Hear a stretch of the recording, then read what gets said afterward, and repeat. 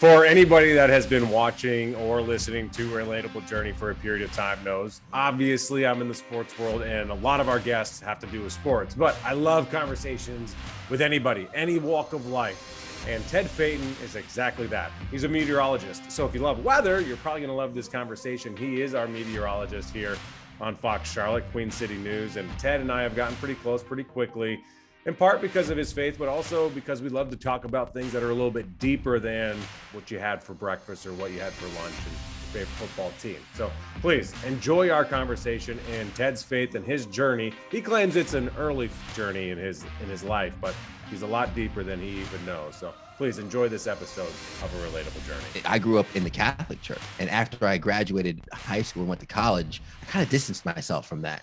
Before I got into TV, I worked at a law firm for 3 years, and those were some dark years of my life. Being in the hospital and the doctor telling me I'm going through CAT scans, I have morphine in the IV for pain, because there were three things that were stressing me out the most: the amount of money I was making, the job I was working, and living at home with my parents. The job. Those three things solved within a year. Our work is ahead of us, and it's just on us to spread our wings, stop fighting it, and just accept it.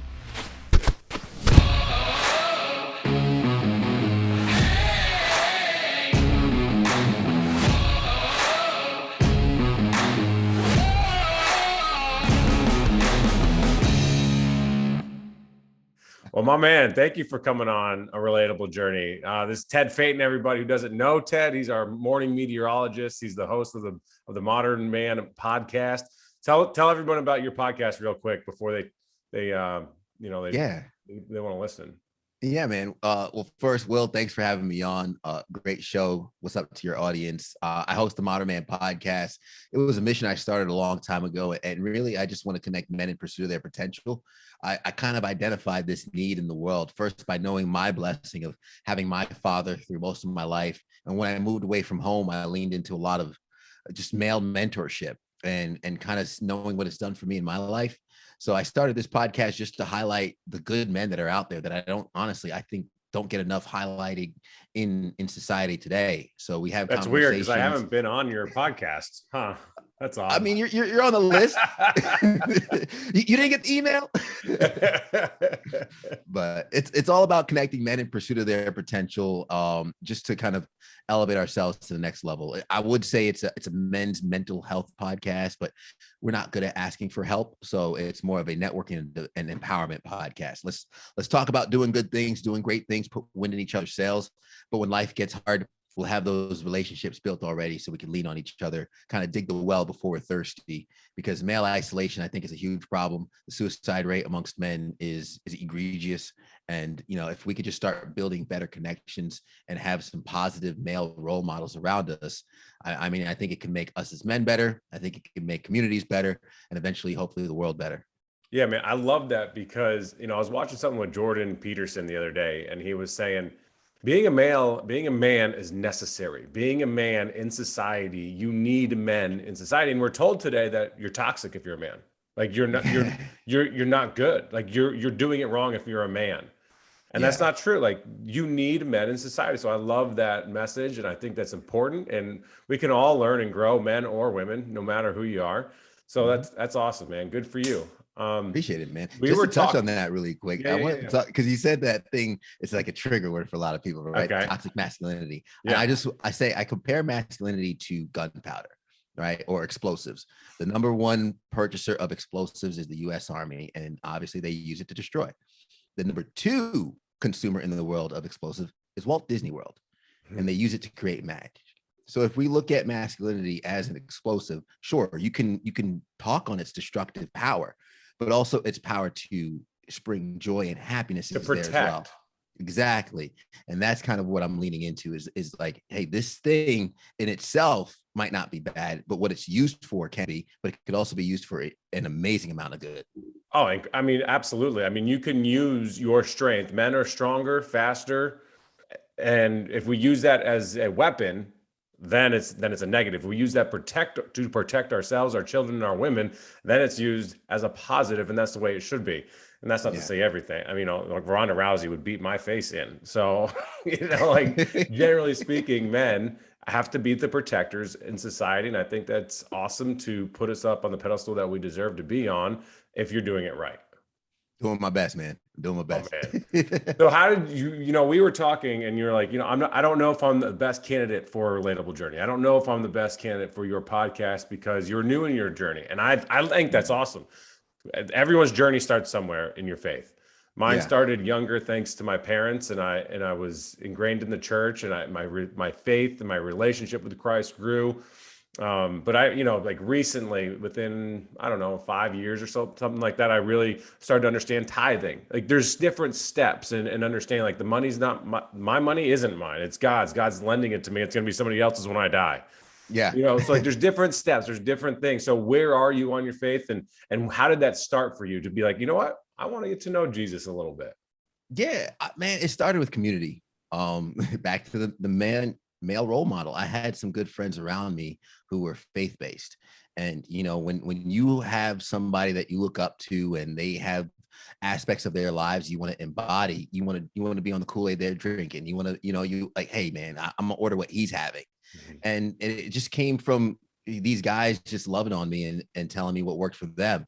And for me, I grew up in the Catholic Church, right? My parents had me go to Catholic school, and after I graduated high school and went to college, I kind of distanced myself from that. Spent a very long time just doing my own thing. But when I cultivated this group of people around me who, I mean, they would quote scripture to me, and it would sound like things I've heard before, sound like motivational things I've heard before. And I just resonated to it. And I kept listening to them. And then my one friend was like, hey, come to church with me, man. And I went to church with him and hearing a pastor, and I think we've all been there. You're sitting in church and you're like, talking to me? Like that was my experience yesterday. And then it just kind of shed the light into how like we're all having this human experience, right? And while I'm sitting here thinking like, I've never, I remember telling my friend, like, man, I've never heard God. People like, oh, God told me this or this. I was like, I've never heard God. And my friend was like, well, what do you talk to him? And I was like, what do you mean? He says, if you called somebody on the phone and they never picked up, are you going to keep calling? You're going to call more and more? What does that relationship look like if that other side never picks up? And I was like, okay, well, how do I talk to God? Well, get his word, the Bible.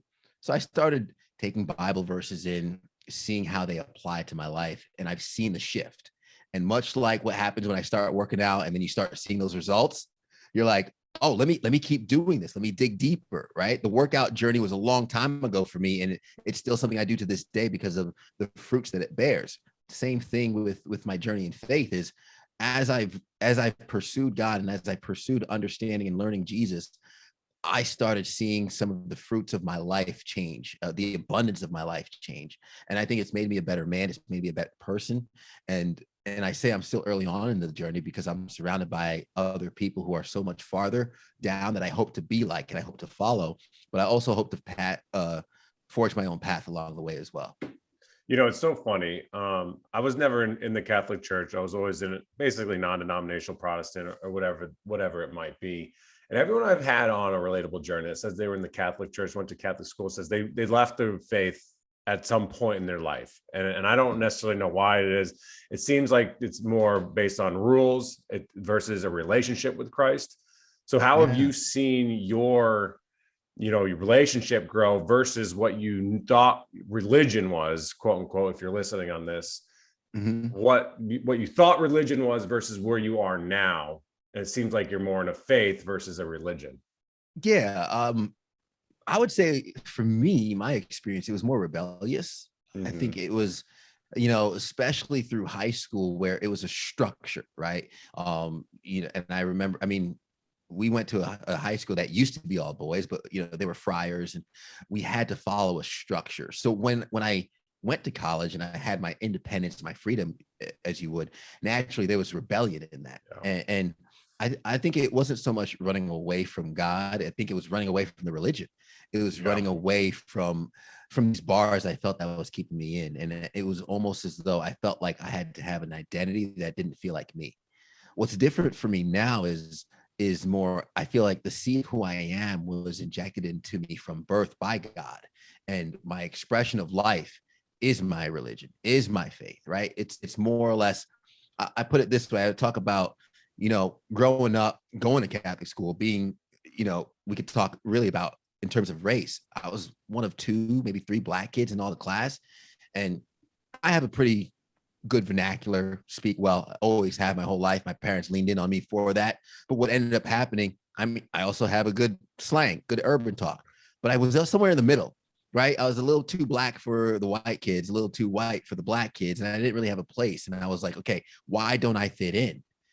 My epiphany was I'm meant to stand out. I'm meant to be this person. And when I talk about the gifts that have led me to where I am, God gives me the gifts. What I do with those gifts is my gift back to God. So now I'm in more of the pursuit of the tools that I have, the path that's in front of me, and trying to show up as my best self, because these gifts and these tools they're not my own. The money I make in life, we kind of were joking about this beforehand, right? Like our money is not our own, right? And it's understanding that. And it might sound daunting, like, oh man, none of this is mine, but it's so relieving, because that relieves the pressure as well. Right. You don't have to be responsible for all that money. Like when I give money to homeless or to charities, I say, I don't know what they're going to do with it. And I don't know if they're going to spend it properly, but I do know that it's not my responsibility to own that money, like take care of my money. It's not my money. So I'm a good steward, and I give and I donate, and I hope God knows what's in my heart. And I hope God, touches them with that money, because the best thing you can do with your money is impact other people's lives in a positive way versus storing it up. Storing up money doesn't do anything. I was listening to Rick Warren, and he was saying it's like fertilizer. If you just pile it up, it just starts to stink. If you spread it around, it starts to grow. Yeah.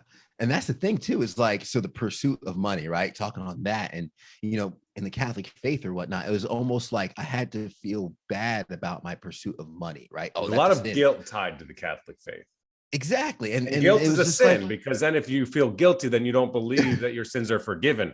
So Jesus tells you, if you feel guilty, you don't believe in me. You act as an atheist. But the reality in the pursuit of that money, in the pursuit of riches, it's not, the sin is the greed, right? Like you say, if I'm pursuing all this money just to stack it up, what good am I doing in the world? Right.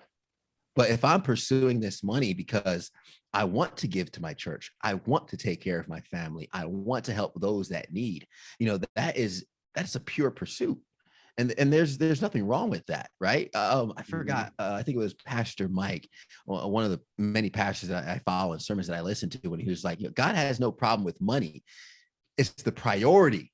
Right. It's for the love of money is the sin, not money in and of itself. Like the sin, money is not evil. It is the love of money and prioritizing it, which makes it, ideology, makes it your idol. Basically, if you put it over God. I can't remember the exact term right now, but idolizing. Idolize, exactly. Like it's an idol to you over God, if that's what you're worshiping, if you put it above God. And it's just your totem pole of God needs to be number one before your wife, before your kids, before your money, before your home, before yourself, before anything, because then it all falls in order. Because if you put anything above God, then you're out of whack.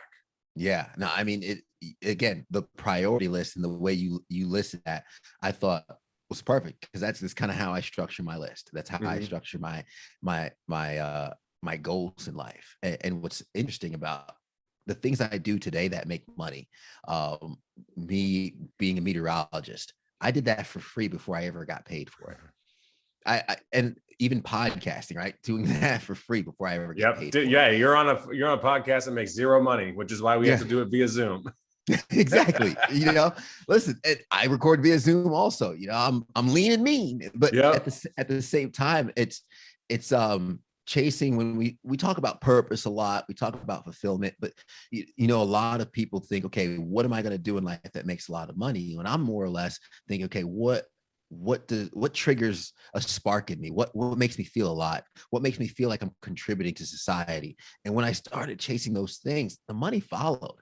My wife is currently going through esthetician school. And I remember when we were making this decision, she spent a long time thinking like, this doesn't make money. This doesn't make money. This doesn't make money. She was trying to find a career path that would make more money. And we were talking about it. I was like, babe, chase your passion. Yes. Chase what you think you can give to the world. money will figure itself out. Like, Yes. right. Like it's an energy. Like money is it's air. Yeah. And it's just an exchange of energy. So put your heart and soul into really what God's pulling you to, because that's probably where he wants you to go. And we fight it, man. We fight it. I fought it. We all do. And at the end of the day, like, God always wins. And he better, it's so funny you say that. And I've talked about this on a Relatable Journey quite a bit, is I had my hands so tight on the steering wheel of my life when I was younger, because I wanted to be, I was playing baseball and I wanted to get and play professionally. And then all of a sudden I realized, like, it ain't happening, brother. So I took my hands off and I was very happy. And then I wanted to be on air and I was looking for my first job. And I was like, I got an offer to go to Fargo. I was like, I'm better than Fargo. I'm not going to Fargo. Well, I ended up going to Fargo. And thank God I did, because I made all my mistakes. I was terrible and nobody saw me. And then I got another job and I kept my hands on the wheel being like, I don't want to go there. I don't want to go there. And I ended up going to all these places I didn't want to go. And again, looking back on it, thank God I did. And then eventually I was like, my hands are off the wheel. You tell me where to go. Because if I'm going there because you want me to go there, then it's the right place to be. And I'm going to find happiness. And there's a reason I'm going to find it. And there's a reason I'm going there. I don't know it now, but I will look back in X amount of months or years and realize why. Life is so much easier when you don't try to control. It's the same concept of money. When you know it's not yours, that guilt and that burden and that stress isn't there. So when your hands are off the wheel in life, like, that stress isn't there. My wife is so always like, why are you never stressed? I'm like, because, like, I believe in God. I believe that if I follow him and listen and I stay in the word, I'm doing okay. So whether I go to this place or that place next, I'm going to go when the time is right. As long as I'm, just kind of taking care of my business and living faithfully. Yeah. I mean, even my wife will say, it's like, or my friends used to always say, and I tell them, I have this almost like delirious faith, everything works out. Yeah, like, I'm in the same boat. And it looks insane if you don't have that same perspective, because you're like, well, you have to get off the couch. Like, yeah, you got to get off the couch. You don't just wake up one day and be where God wants you to be. You got to do your part. Yeah, which, I mean, two things to that point. Number one, you said, thank God, all that didn't pan out the way it did. I had to say a prayer a while back. God, thank you for not giving me the things I prayed for when I wanted. Yes. Because had I gotten the things I wanted when I wanted them, I would have messed it up.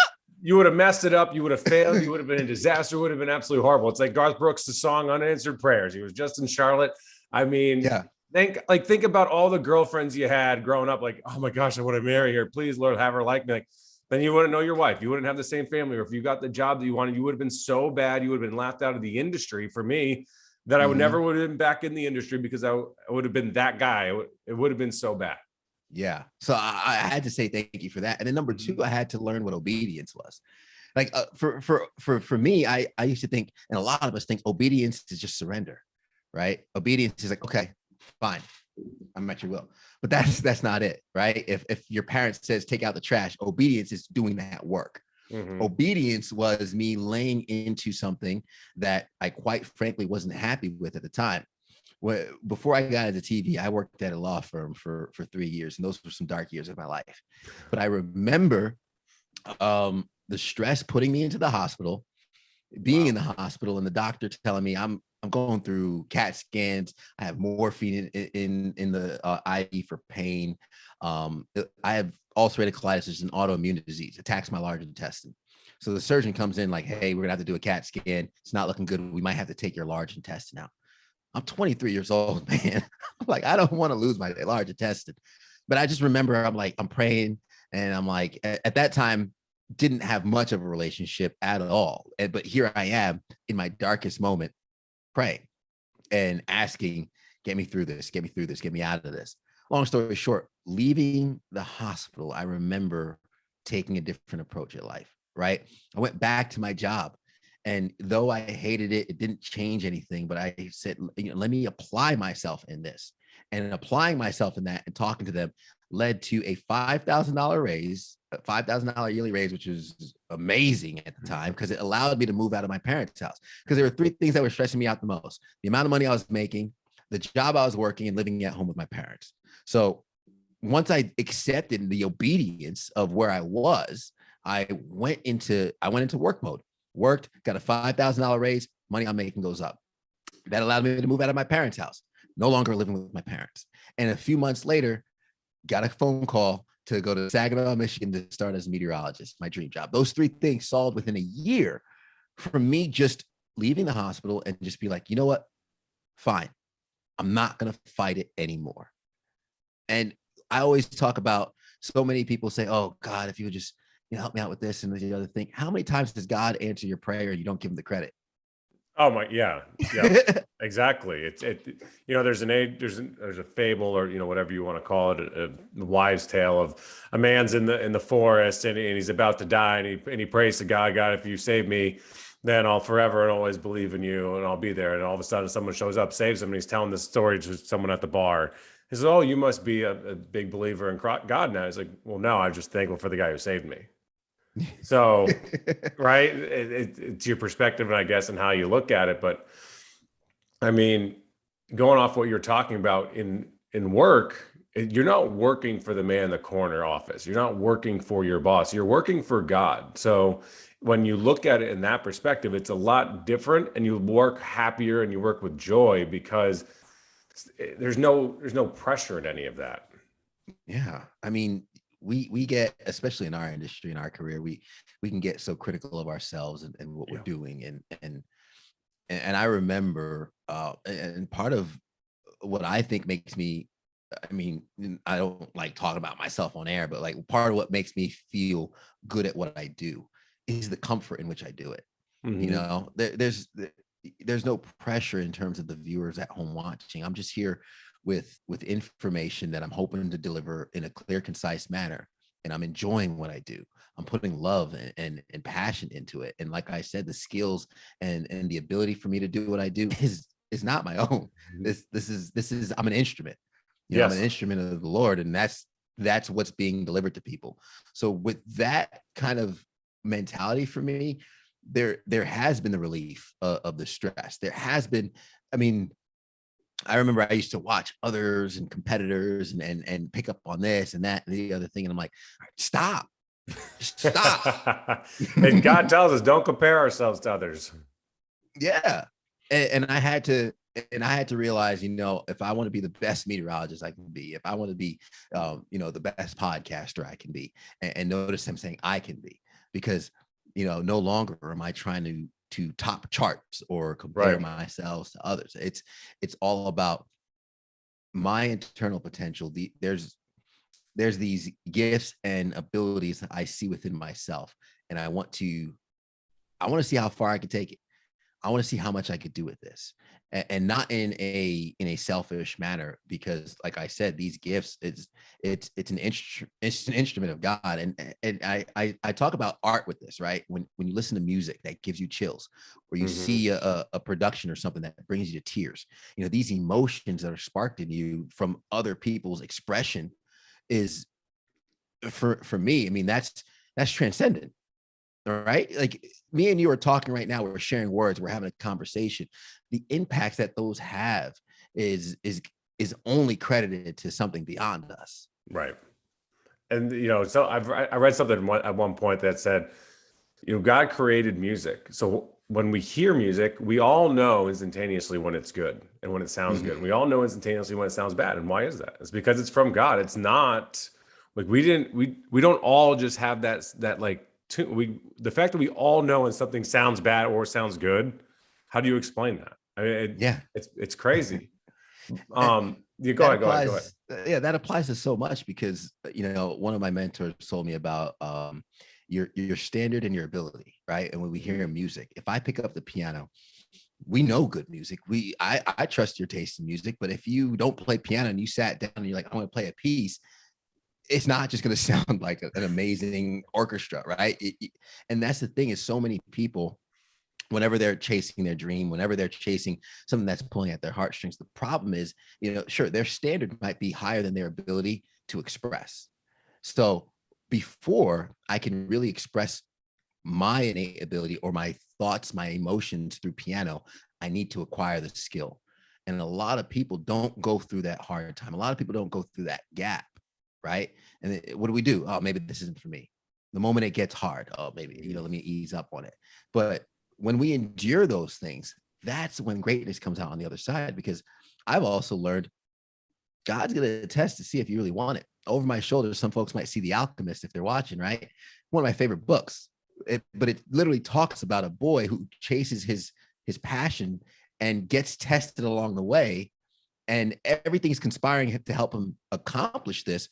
The test is going to be, is this really happening? Is this something that you really want? And the test doesn't come from God. That's the devil, right? We wake up, hey, not today, Satan, right? Not today, Satan. I'm pushing through. Yeah, I mean, 100%. And when I go to work and when I talk to kids that want to get in this business, they ask, like, why you get in it, or what's your favorite part about what you do? And every time my one answer is, it's the corniest answer ever, is I get to be myself.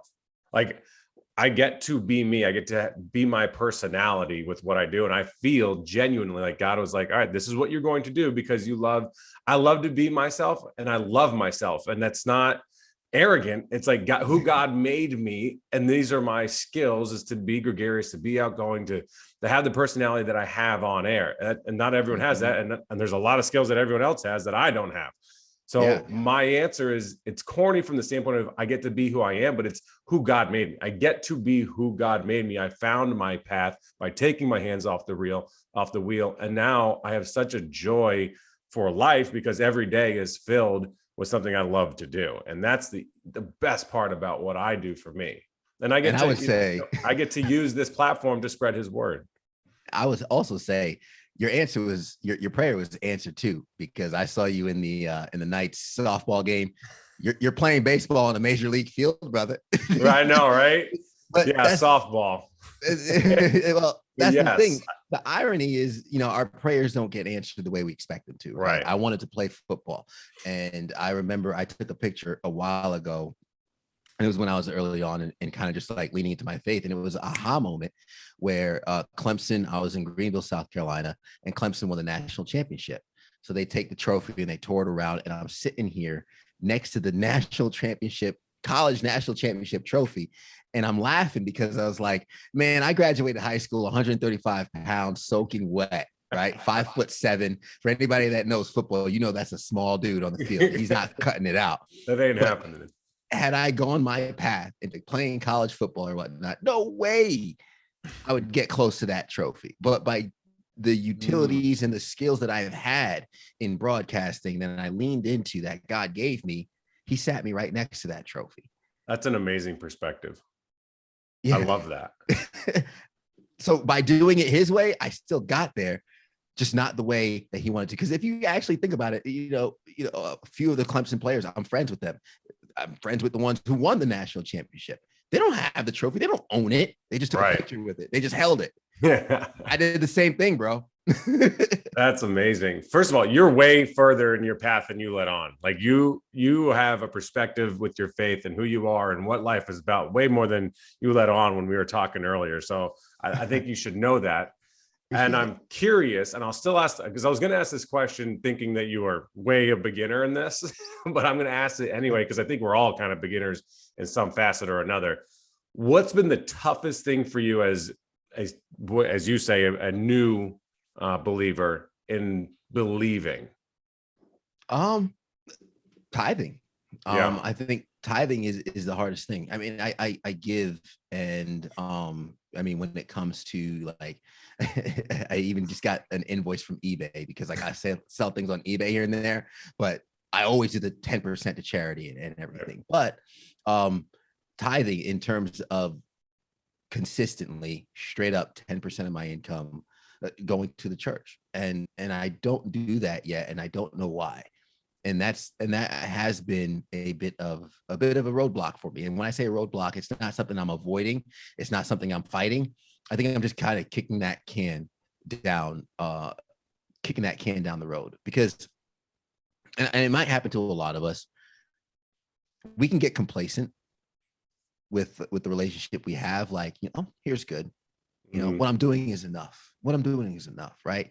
And I think that's kind of why you hear from me where I'm like, man, I'm still, very much early on in my journey, is because, if I'm being honest with myself, I can do better. I agree. Yeah, me too. I mean, all of us. I mean, no one's perfect. No one's Jesus. So we can all do better. You're right. and there's the pursuit of that. But I mean, and it's also the conversation too, right? Because I'm a unit, right? I'm married. So when we first came here, me and my wife would start going to churches. We're looking for churches together, and I might feel the vibe of one, but she might not feel it, right? Mm-hmm. And then on Sundays, if she's busy or whatnot, I watch virtually, and then that was very convenient.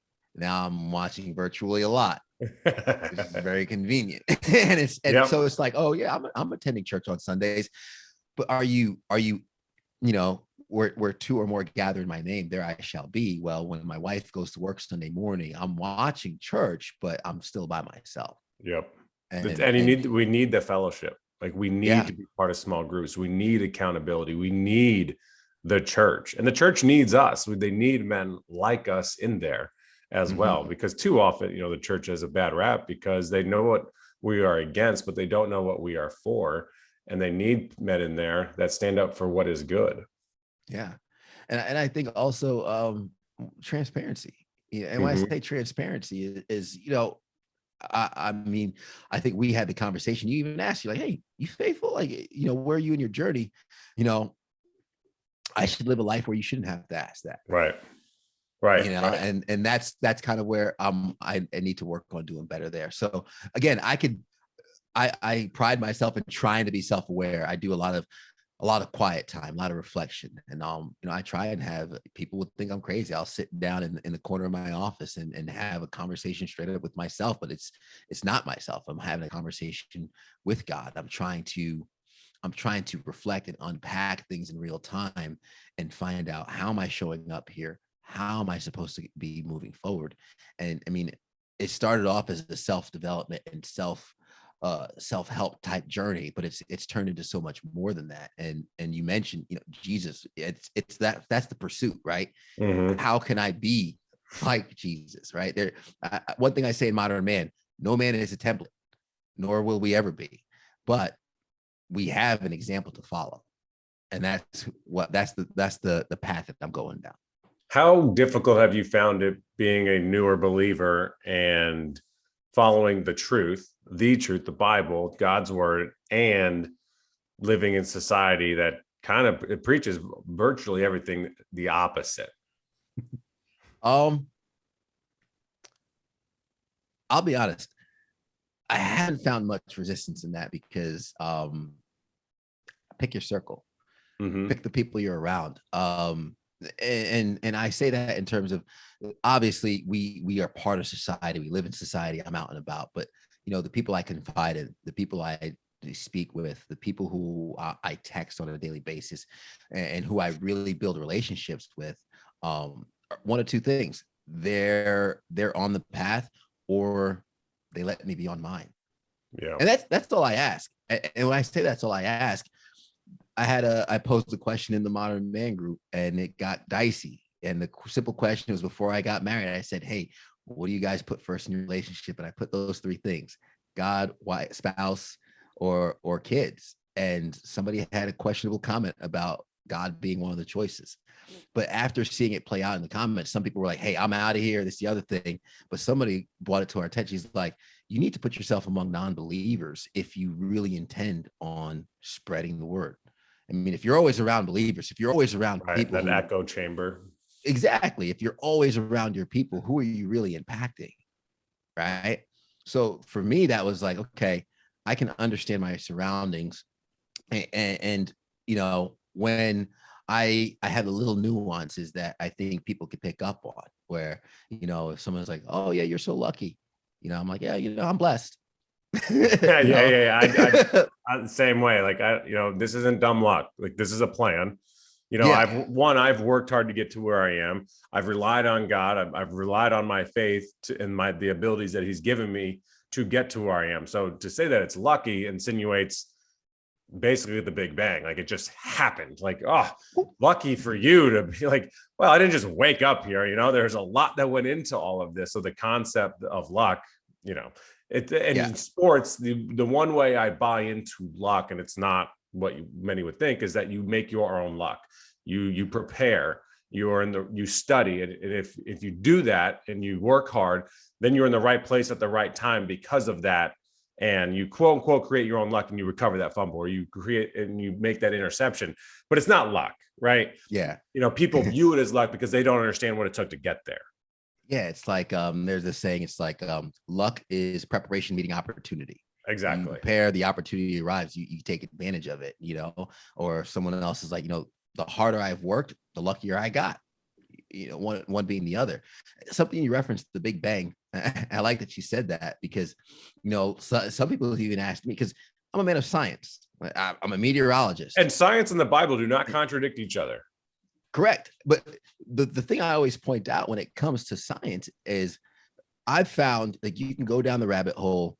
Science explains how. Mm-hmm. It doesn't explain why. Right. I could tell you the how. Like, people always, we have a heat wave going on. But it's funny because people are like, why is this happening? I was like, I can't tell you why. I can tell you how it's happening. We have this dome of high pressure. The sun heats us up longer. We have more daylight. And of course, the concrete absorb. I can tell you how we get so hot. I could tell you how, the earth rotates and all this, the other thing. And I can go back and back and back and back in all the science book, all the way to the Big Bang. But there is no science that can tell us why, right? Who turned on the lights, right? And to say this spectacular design of our world, of our earth, of our lives is just happen chance. Like, doesn't that take more faith? Like, it takes more faith to believe that it just happened, and that so-and-so person was just there for the fumble recovery or the interception. It just happened, versus there was a preparation, there's a planner, there's an organizer behind everything, right? Because I always say to people, everything here as a creator, like this little dongle, someone created it. This cell phone, someone created it. So everyone created that. Everything was created by a human being or by a greater purpose, right? Everything has a creator, except for Earth. Like, come on. Like, that takes way more faith. And if we are made in the likeness and image of God, our ability to create is a reflection of God. Yeah. That's why we are instruments of we're instruments, right? The things, the podcast that I create, Modern Man, was a concept that did not exist. It was in my head.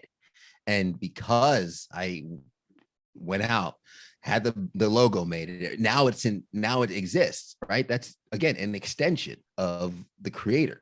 So I agree wholeheartedly. The things that we see in our world were once just a thought, just an idea. Right? You can call it their initial Big Bang. We even have the light bulb that sparks above people when they have an idea, that ding, call that the Big Bang. But in the existence of that object, in the existence of that service, that product, that business that you create, at one point there was a start to it, and you could say how it operates. You could explain how it's come together, but at one point in time, you had to create it. And that thought and that Big Bang, as you will, that ding, that snap, that comes from somewhere. God gives you your dreams. God gives you your ambitions. Your dreams just don't come out of thin air. The desire to be a meteorologist, and like, God created you for that, and your dreams to do that are part of what God created Ted to be. I remember I built a computer in high school, and I thought I was going to be a computer engineer. And then I got to college. You're way too smart to be on this podcast. My gosh. Well, I mean, I say that because you didn't hear the next line, which is after my freshman year at 1.9 GPA. All right, you fit in with me. Yeah. I went to college and I was a physics major. I was like, all right, I'm going to be an engineer and whatever. And it was physics the first year because I nailed physics in high school. I went to college physics. I was like, this is not the same physics that I took in high school. I was like, all right, what did I miss? Done. I dropped that class. Like, there was no getting past it. And I had no passion for it. So I had no desire to get through the toughness of it. And then I went to become an econ major because everyone at home was on Wall Street. So like, I'll do that. And then I nailed micro, and then macro came along. I was like, yo, what? No way. And I had no desire to get through it. But when I got on TV, I was so bad in Fargo, but I had the desire to get better. And I think that's what you were talking about earlier on the podcast, is that the devil tries to, be that hurdle for you. But when you're following your purpose and you're following who you are, you have the desire to plug through. You have the desire to get better and overcome those challenges. And I think that's what's so amazing, is that when you find your purpose, Those Yeah. challenges are fun. At times they can be fun. At times they break you down. There's been times where I'm at work, I'm in the bathroom on my knees, like praying for something to end and something to go away. And it's not fun. Yeah. And it kind of goes back to some of the stuff you were talking about in a relationship. Surface level relationships are easy. Like they're the best because there's no problems. It's the same thing with God. Like, hey, God, you almost treat him like a vending machine. Like, I need this, I need that. I got this, I got that. Like everything's good. But the deeper you get, the more difficult it gets. It's like a marriage. When my wife and I met, we were going out to eat, we're going for walks. We go back to our own places, see each other next day. Like everything was the best. And then we got married and then we moved in and it's like, this is not what it was. Now we're extremely happily married, but the deeper you get, the more difficult it gets. You build a relationship and there's more obstacles and hurdles to overcome in any relationship. And that's what's so beautiful about a relationship with God is that the deeper you get, the more you learn, the better you get, and the sharper you get refined. Yeah. I mean, you talk about unity with somebody. And I remember we went through, one of my mentors, he was the one that married us. And we did premarital counseling together, kind of like building the expectations of marriage and whatnot. And a great exercise we did, which I encourage anyone who has a spouse or is looking to get married to do with their partner, is we sat down and we built what our family values were going to be. Right? Like, what are our values? And some of the things our values came down to faith, contribution, integrity, growth, family.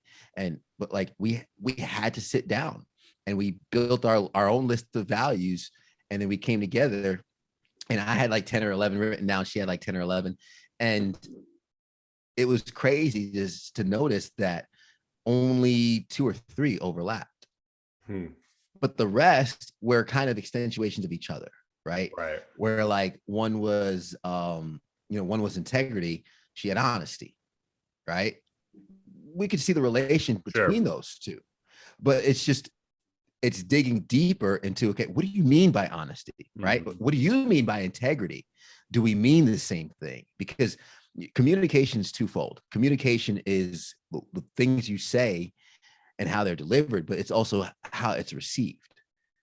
And when you talk about getting in depth and getting onto a deeper level, it's cutting through the surface of those words and going deeper into the definitions. Like, expound more on what you mean by this, expound more on what you mean on that. And it's a very intimate space to be, because we even have a conversation where we don't have kids yet, but Jess says to me, I hope our kids, this is a very genuine response. And I credit God for my response, not me. But she said, I hope our kids follow God. And I looked at her, I said, well, I don't expect our kids to follow God any more than we do. That's an incredible statement. And she was like, oh, I was like, yeah, like it's on us. Like, you know?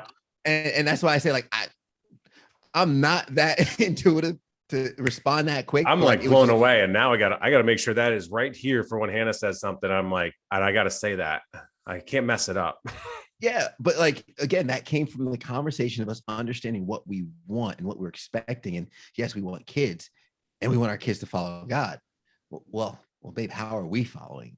Right? How are we being the examples for these little tykes that are going to learn from us into what this is all about? Because as Pastor Stephen Furtick says, if you let TikTok teach them about the world, you let Instagram teach them about the world, it might be a different journey than what we're going on.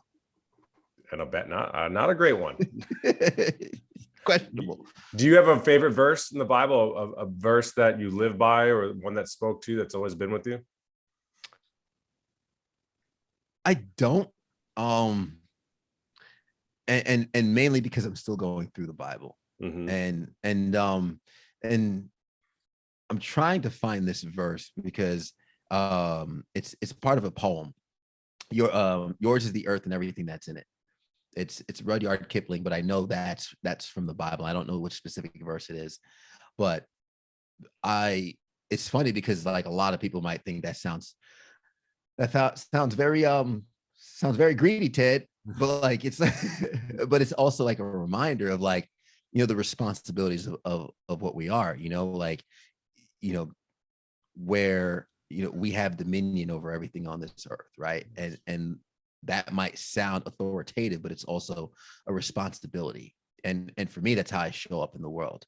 I have a responsibility to be my best self, to kind of be a positive light in the world for others to follow, a positive example for others to kind of feed off of. And I am far from perfect, and I fall short more times than I'd like to admit.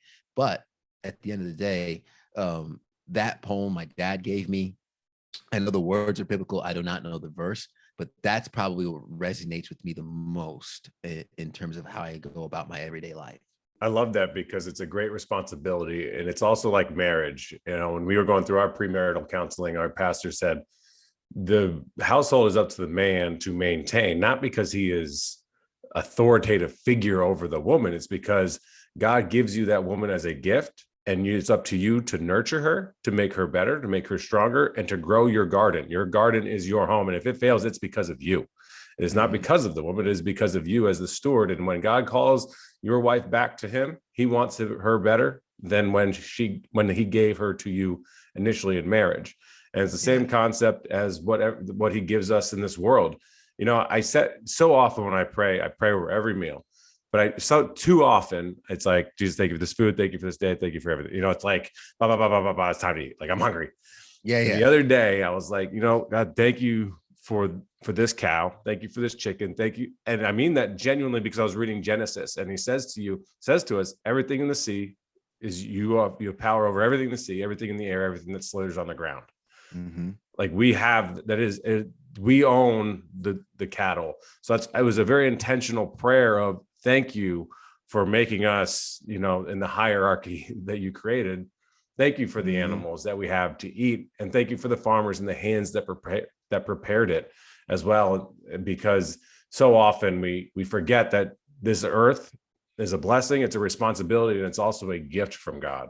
Oh, absolutely. And you mentioned Genesis, and Pastor Furtick, he had a sermon that blew me away with Genesis, speaking of the birds in the sky, speaking of the fish in the sea.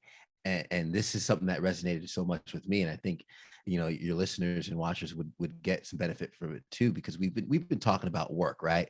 And we've been talking about our relationships and how we show up in the world. And what he said in Genesis is, you know, I think it was day 5, he put the birds in the sky and the fish in the sea. But he says, in order for you to understand what happened on day 5, you need to look at what happened on day 2. He had the sky already. He had the sea already. On day 2, he knew what he was going to do on day 5. And so for us, when he created us, the work that we do in this world is already there for us. The path is already set. And for me, that was such a full circle understanding of like, oh my gosh, like for me, I love what I do as a meteorologist, but I feel more of a passion and a pull from God with modern man, and as a purpose to kind of pour into men and help guide them and grow them. Because I've seen what I think is something that I can do. It's something I feel like I fit in, and I'm running towards that. But that was there before I came on this planet. God built that sky before I could fly in it. And us as birds, us as fish, or us as who we are, flesh and bone, our work is ahead of us, and it's just on us to spread our wings, stop fighting it, and just accept it. Because the birds aren't trying to swim and the fish aren't trying to fly. But we are trying to do everything else but what we were built for. Yeah, I love that. That's a good one too. One of my final questions is, what's your biggest struggle as a Christian outside of tithing? I know that's one thing you're having a tough time doing, but what's one of your biggest struggles when you tell someone you're a Christian and you're like, man, I know I struggle in this area though? I'll be really transparent, man. Leading my wife in the journey, you know. I think me and her are in different spots, and my wife and I are too. So that's not, it's not different. That's not crazy. Yeah, and I'm just being very honest and transparent in that, and is because, you know, this is my partner. This is you know, quite frankly, I can, if my life leads others to Christ, that's amazing. But my wife's in under my roof. It's me and her, and she's gonna be the mother of my children, and us doing that journey together is what I'm working on and leaning in on. And I think I can, if there was one thing I wish I could be better at, was, I mean, I've had prayers to God, man, like, give me the words she needs here, or in this conversation, help me represent you. And I've seen, sometimes I fail, sometimes I hit it. And that for me is probably what I would struggle with the most. Yeah. And I think recently that's my biggest struggle, because I am newly married, is that my prayer is, Lord, have me be the example that I need to be. Have her see you in me every single day. Have me have the patience that and the love that I need to have, that she says, I want to follow that more. And when we met, that it was great. Like she believed in God. She's always believed in God, but she was raised in the Catholic Church as well, and kind of got away from it. But always had, always believed. And then, one night I went to bed and I prayed to God, said, listen, if this is the woman for me, she needs to have a faith. I need to have a partner that also wants to run after you the way I want to run after you. And the next morning, I kid you not, I woke up to a text that said, I want to learn more about your faith. Nice. And I was like, yo, all right. Well, it looks like I just met my wife. Yeah, man. I had a similar experience. It just going through it, I started a habit of, praying before bed, and she would be there, and fell off for a while because, I go to bed well before her. But I'll tell you what, man, I'm never going to forget when, I'm going to bed and she comes in and she grabs my hand and said, let's pray. And when my wife does that, and she does it, periodically, it hammers me emotionally. Like, oh man. Yeah. I'm laying in bed getting ready to go to sleep, and I'm like, do you want to lead it? And she's like, yeah. And we pray out loud together. And I will tell you this, as a married man, those are some of the most intimate moments we have. The best. Like they're the most powerful, because you're never more connected when you're praying, and then you hear her prayers of what she needs and what she wants. And then vice versa. I rarely pray for myself, and I need to pray more for myself because it's acceptable, but I so often pray for us and what we need as a couple. And it's almost like therapy to a degree, because you're vulnerable because you're talking to God, but you're cognizant because your spouse is next to you. And it's the best. Like, we don't do it enough, but I'm so happy that we do it, as much as we do. And I want to do it more. And in fact, I was just thinking, I got to text her because she's out on a trip. Like, hey, we got to be intentional with how when we pray every night or every morning, because she works 7 a to 7 p as an ICU nurse. So I come home at 1 a.m. and she's already asleep, and then she gets up at 5 a.m. and I'm sleeping. So it's tough. It doesn't mean it's impossible. And we've got to be better intentional Christians versus convenient Christians, like you were mentioning, in some of the things that you do in your life as well. Yeah, no, absolutely. And honestly, I see she just texted me because she got out of her test. I hope she did well, but I'm going to follow up right after this. I'm like, babe, we need to start every day praying at night before we go to bed. And this is why, we were talking about it earlier, as if it's bad to be in the echo chamber. It's not bad, because we're all different, right? So the echo chamber in politics, it's like, yeah, you go, like, everything you say is 100%. Like, there's no room for argument. And therefore you're just kind of in this bubble. Like, the rest of the world doesn't exist. There's no other opinions. But when it comes to the word of God, there is nothing else. Like, that is the truth. One of my biggest pet peeves, and I've talked about this with some other people, is the phrase "my truth." I don't know how that started. I mean, I know how it started because it tries to empower the individual of, like, telling other people they're wrong. It's like, my truth, my truth. Well, there is no my truth in the word of God. It's the truth. You can either get in line or not. And it's the submission, like we were talking about earlier. Yeah. And her and I, you just got to get there and get on the same page. And the intentionality of being a Christian has hit me over this conversation. Yeah, man. My focus is the pursuit. Like I said, it's the relationship. You start picking up that phone, and when I say, like, I ever heard God, if in one conversation I had with my wife, which was great, was like, okay, do you believe God works through people? She's like, yeah. Okay, so the Bible, would you believe God worked through people to write the Bible? Yeah. So in essence, the Bible's the word of God. Mm-hmm. Yeah. So God's talking to you. You're just not picking up the book. Right. We have the answer book. We have the answer key to the entire to life. And we're too arrogant. We're too busy to pick it up and learn. And we don't want to know the truth, even though it makes us better and it makes life a lot easier. We're told from so many other outside voices that we don't need to follow the word, and that it is actually it restricts our life. When in reality, when you're in that echo chamber of your in your text message thread, it's really not an echo chamber, because we're all different spots in our journey. But as long as we're in the truth, then it helps each other out, and it's that fellowship that we need, and why we need to go to church. You need that reinforcement, right? Those are the reinforcements you need. I'm finishing the second time I'm reading a book called Wild at Heart, John Eldridge. Recommend it. And he talks about the desire of men. And he says men have three desires. They have a desire of an adventure to live, a battle to fight, and a beauty to save. And I'm going through the battle to fight right now. And he talks about, there is a battle every day. It's us versus the devil and the lies that we hear. The devil has different tactics, right? And he knows our weak spots. Exactly. And one of which being manipulation and compromise. That compromise part. How many times do we read the Bible and it's like, I like this part, but I'm gonna interpret this part a little differently because it's like, it's like we want God to be our co-pilot versus our leader. Yeah, it's like, did God stutter there? I think the verse said what it said. Like, refer to text. So, but like we do that, and that's quote unquote the war within. The battle to fight is, the devil's going to try compromising. The devil's going to try, well, let me just a little bit here.